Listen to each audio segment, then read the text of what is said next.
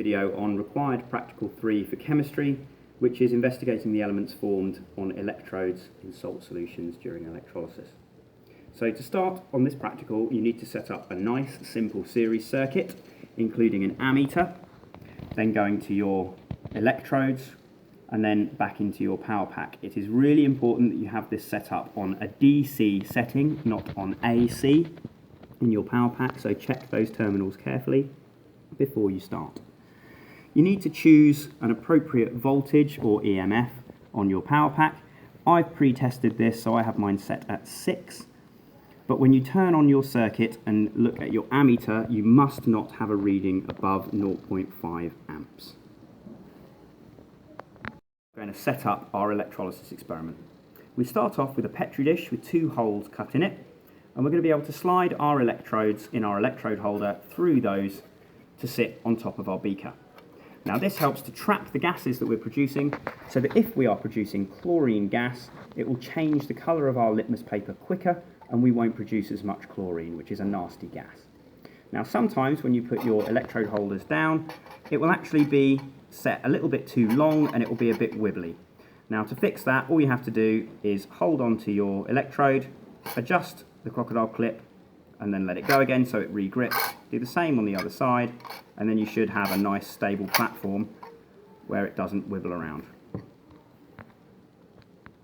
The phase of setting up your experiment is taking some damp litmus paper and laying it over the edge of your positive terminal. That will be the red terminal, right next to your electrode.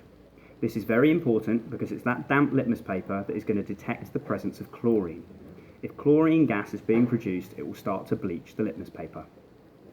Set the experiment off. I'm going to turn on my power pack, double check that my ammeter doesn't get above 0.5 amps, and then we're going to watch our 2 electrodes. So here we go. So I have a fairly steady 0.26 amps, and if we zoom in and get a nice close look at our electrodes, we should start to see some bubbles forming on one of those electrodes. Now those bubbles are going to be either oxygen or chlorine. If it's chlorine, we'll start to see that paper bleach, and you can already see that happening, so I'm going to turn off the power pack.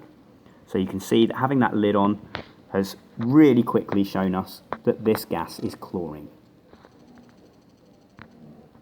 Testing another chemical. Once again, I'm going to put my litmus paper damped next to the red electrode, which is the positive terminal, and I'm going to turn on the experiment. Again, when we look at those electrodes, we should start to see some bubbles forming. There they are. And this time, we're going to be looking to see if it bleaches our litmus. Now, again, the longer we wait, we should start to see bleaching if there is chlorine gas being produced. And in this case, we're not getting any bleaching, so that gas must be oxygen. Okay, this is another experiment. This one is with copper sulfate. So once again, I've got my piece of damped litmus paper at the side over here on the positive electrode. Now, you may see a slight colour change. It might go slightly pink, but that is very, very different to the bleaching effect caused by chlorine. The pinkness is caused by some of the sulfur gas being produced, dissolving to form an acid. But pink is not the same as the bleaching white colour.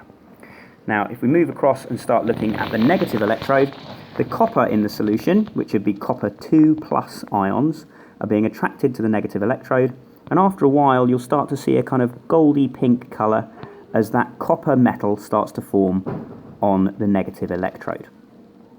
So they are the 2 things that you'll start to see. There'll be bubbles of gas at the positive electrode. In this case it's oxygen because it's not bleaching our litmus paper, and at the negative electrode you start to see the copper metal forming, and that is taking on a very slight pink colour on that electrode. Okay, here is our table of results based on our observations of the litmus paper that has been damped to find out what gas has been formed. Remember, if it bleaches to a white colour, that means that we have chlorine being formed, and if there is no bleaching, or if it goes pink, it's the oxygen gas being formed, but it's not the oxygen that's causing the pink colour, it's the sulfur gases that are forming an acid.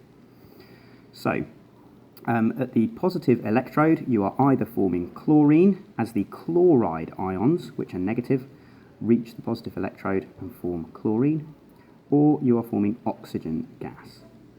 If we go across to the negative electrode, we'll be either finding bubbles or we'll be finding a colour change.